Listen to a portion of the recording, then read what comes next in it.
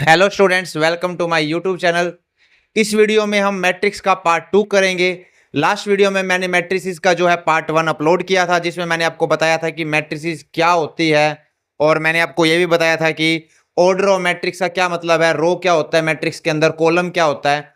और आज की ये वीडियो जो है पार्ट 2 है। आज की इस वीडियो में हम पढ़ेंगे कि जो मैट्रिक्स के अंदर जो एलिमेंट है उसकी लोकेशन वगैरह कैसे देखते हैं। तो टॉपिक है location of element in A matrix, और हम एक्सरसाइज 3.1 के कुछ क्वेश्चन भी जो है वो भी हम सॉल्व करेंगे आज हम, ठीक है ना। तो टॉपिक है location of element in A matrix. एक मैट्रिक्स के अंदर एलिमेंट्स की लोकेशन क्या होती है। मान लो बच्चे, हमारे पास एक मैट्रिक्स है A इज इक्वल टू 1 2 -3 2 5 7 3 5 3, यहाँ पे 8 लिख देते हैं, 3 8 और 9। ये हमारे पास एक मैट्रिक्स है। अब जैसे हमारे पास क्या होता है कि जैसे हमारे पास हमारी भी एक लोकेशन होती है, ठीक है ना। गूगल मैप पर अगर हमारे को कोई जगह का, अगर हमारे पास एड्रेस ना पता हो तो उसकी कहाँ से हम लोकेशन देखते हैं, गूगल मैप से देखते हैं। जिस तरह से हर चीज की लोकेशन होती है गूगल मैप पर, वैसे ही मैट्रिक्स के अंदर एक एलिमेंट की भी लोकेशन होती है। जैसे इस मैट्रिक्स के अंदर कितने एलिमेंट है, आप देख रहे हो 9 एलिमेंट है, 3 तो रो है और 3 क्या है, कॉलम है। तो हर एलिमेंट्स की अपनी एक लोकेशन है, ठीक है ना। उस लोकेशन की हम रिप्रेजेंटेशन कैसे करते हैं वो चीज देखनी है हमारे को। पहली बात तो जो एलिमेंट है ना उसको हम स्मॉल लेटर से दिखाते हैं, स्मॉल ए से दिखाते हैं। मैट्रिक्स के अंदर कोई भी एलिमेंट हो उसको हम दिखाते हैं स्मॉल ए से, ठीक है ना। अब जैसे मान लेते हैं हमारे पास इस एलिमेंट्स को जो रिप्रेजेंट करना है, तो कैसे रिप्रेजेंट करेंगे इस एलिमेंट को। तो इस एलिमेंट का नाम क्या है, 1 है, ठीक है ना। इस एलिमेंट का नाम है 1। अब यहां पर देखो, इसको अगर मेरे को रिप्रेजेंट करना है, मैंने आपको बताया एलिमेंट को ए से दिखाएंगे, तो यहां लिखेंगे ए, यहां लिखेंगे ए। अब मुझे ये बताओ, ये जो है कौन सी रो में है, ये एलिमेंट कौन सी रो में है। लास्ट वीडियो में मैंने आपको बताया था ये फर्स्ट रो, ये सेकंड रो, ये थर्ड रो। तो ये कौन सी रो में है ये एलिमेंट, तो आप कहोगे सर ये फर्स्ट रो में है, तो यहां लिख देंगे 1 लिख देंगे। अब इसकी कॉलम भी बताओ, इस एलिमेंट 1 की कॉलम क्या है, तो आप कहोगे सर ये फर्स्ट कॉलम में है, तो ये लिख देंगे। तो यानी कि इस एलिमेंट की लोकेशन होगी, यानी कि 1 एलिमेंट की लोकेशन होगी A11। A11 का मतलब क्या है कि ये एलिमेंट A11 का मतलब है कि फर्स्ट रो, फर्स्ट कॉलम का एलिमेंट, पहला 1 रिप्रेजेंट कर रहा है रो को और सेकंड 1 रिप्रेजेंट कर रहा है कॉलम को। तो A11 की वैल्यू कितनी है, 1 है। इसी तरीके से मैं आपसे पूछूं कि 5 है, 5 को कैसे रिप्रेजेंट करेंगे हम, 5 को कैसे रिप्रेजेंट करेंगे। तो आप पहले यहां पर ए लिख लो। ये बताओ 5 कौन सी रो में एग्जिस्ट कर रहा है, तो 5 है, ये फर्स्ट रो, ये सेकंड रो में एग्जिस्ट कर रहा है। और कॉलम कौन सी है, ये फर्स्ट कॉलम, ये सेकंड कॉलम, तो सेकंड कॉलम में है 5, तो यानी कि A22 एलिमेंट हो गया। इसी तरीके से अगर मैं कहूं कि 8 को, जो 8 की लोकेशन क्या होगी, 8 जो है कौन से एलिमेंट से रिप्रेजेंट होगा, तो 8 की पहले रो बताओगे, यहां पर ए लिखकर 8 की रो बताओगे, 8 कौन सी रो में है, ये फर्स्ट रो, ये सेकंड रो, ये थर्ड रो। तो यानी कि 8 जो है वो थर्ड रो में है, तो यहां 3 लिख लोगे। अब 8 की कॉलम बताओ कौन सी है, ये फर्स्ट कॉलम या सेकंड कॉलम है, तो ये 2 लिख दोगे। तो यानी कि ये हो गया A32 इक्वल टू 8, 8 को रिप्रेजेंट करोगे A32। तो क्या मतलब हुआ A32 का, A32 का मतलब हो गया element of third row second column.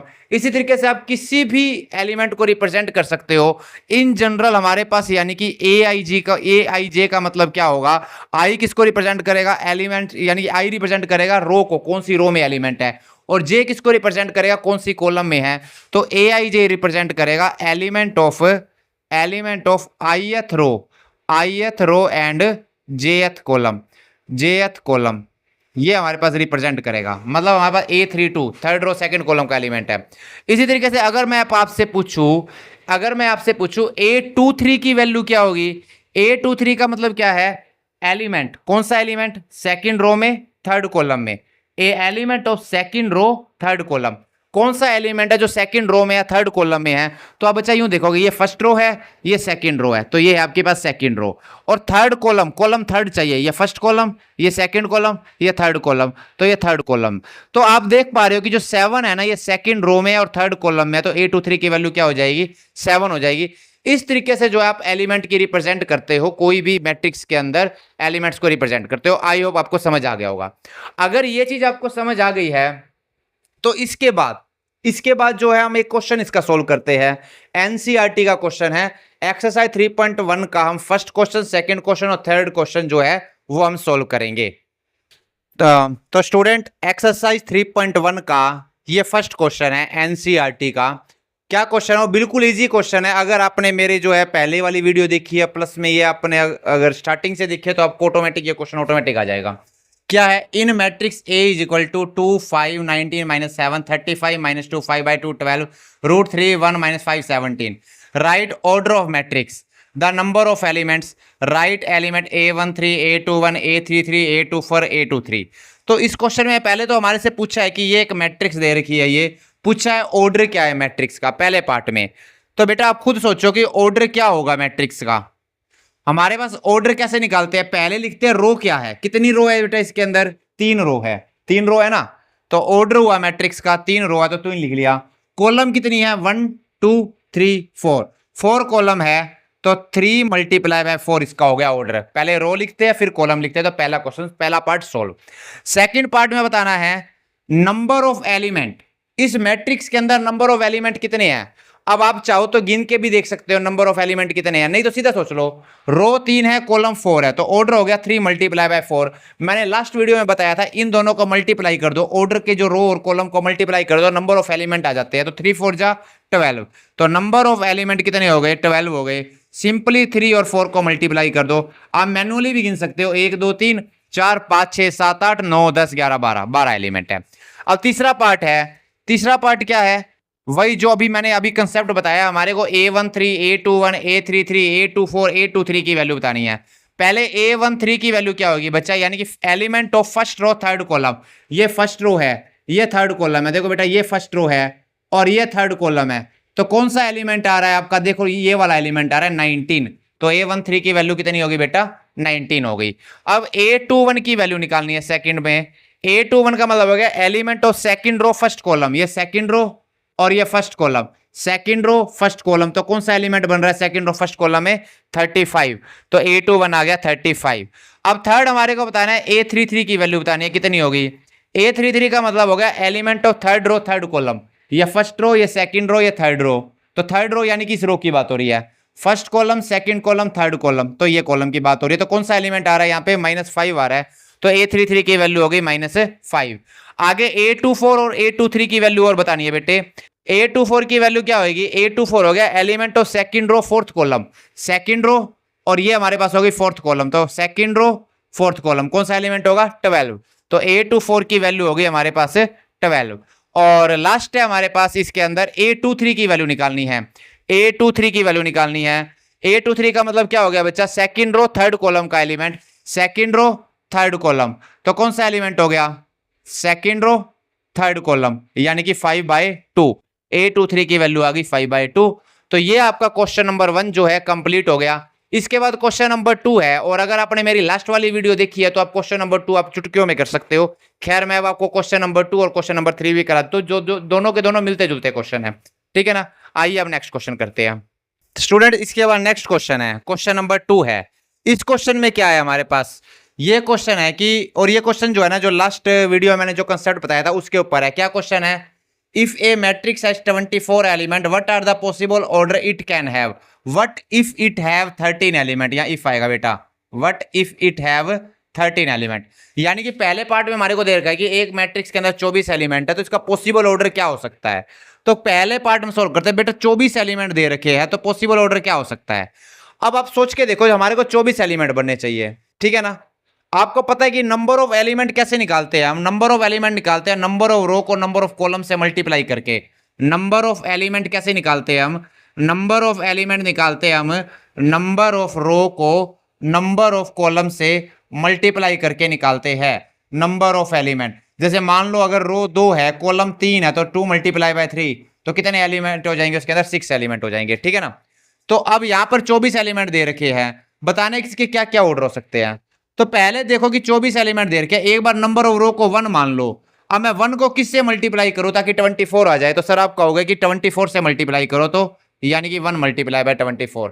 एक तो ये ऑर्डर हो सकता है। दूसरा, यहां पर हम नंबर ऑफ रो को 2 मान लेते हैं, तो 2 की टेबल में अब ये बताना है कि 2 की टेबल में 24 कितने पे आएगा, 12 पे आएगा, तो यानी कि 2 × 12, 12 2 जा 24, तो ये भी ऑर्डर हो सकता है, यानी कि रो 2 हो जाए और कॉलम कितनी हो जाए 12।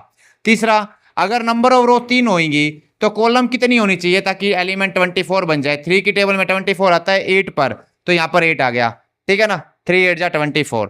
और इसके बाद अगर नंबर ऑफ रो को 4 मान ले तो कॉलम कितनी हो जाएगी, यहाँ पर 6 हो जाएंगी, 4 6 जा 24। नंबर ऑफ रो 5 नहीं हो सकती, क्यों नहीं हो सकती? 24 5 से पूरा डिवाइड नहीं होता। नंबर ऑफ रो अगर 6 हो जाए तो कॉलम कितनी हो जाएंगी? 4 हो जाएंगी, 6 4 जा 24। और नंबर ऑफ रो 7 नहीं हो सकती क्योंकि 24 7 से डिवाइड नहीं होता। नंबर ऑफ रो 8 हो जाए तो कॉलम कितनी हो जाएंगी? 3 हो जाएंगी। तो यानी कि हमारे पास 8 3 जा 24, तो ये भी एक ऑर्डर हो सकता है। 9 नहीं हो सकती नंबर ऑफ रो, क्योंकि 24 9 से डिवाइड नहीं होता। 10 भी नहीं हो सकती, 11 भी नहीं हो सकती। और नंबर ऑफ रो अगर 12 हो जाए तो कॉलम कितनी होएंगी? 2 होएंगी। तो यानी कि 12 2 जा 24, तो 12/2 की भी मैट्रिक्स हो सकती है।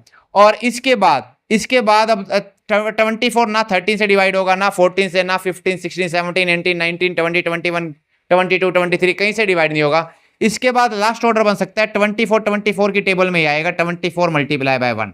तो ये इसके पॉसिबल ऑर्डर है। पहले पार्ट में इधर पूछा था क्या क्या पॉसिबल ऑर्डर है, तो ये पॉसिबल ऑर्डर है, ठीक है ना। अगर ये पूछ ले कि कितनी पॉसिबल ऑर्डर पॉसिबल है, how much order are possible, तो लिखेंगे 1 2 3 4 5 6 7 8 मैट्रिक्स आर पॉसिबल, ठीक है ना।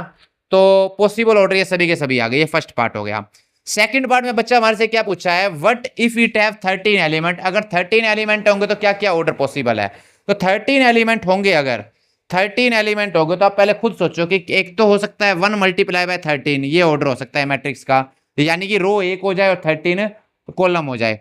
दूसरा, अब 13 जो है ना 2 ना 3 4 5 6 7 8 9 10 11 12 किसी से डिवाइड नहीं होगा, 13 से ही डिवाइड होगा।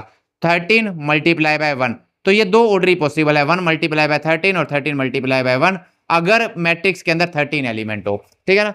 तो ये हमारे पास हो गया क्वेश्चन नंबर 2। क्वेश्चन नंबर 3 भी डिट्टो इसकी कार्बन कॉपी है। आगे क्वेश्चन नंबर 3 करते हैं स्टूडेंट्स। इसके बाद नेक्स्ट क्वेश्चन है, ये क्वेश्चन नंबर 3 है, एनसीईआरटी का ही है। जैसे लास्ट क्वेश्चन था उसी की तरह है। If a matrix has 18 element, what are the possible order it can have.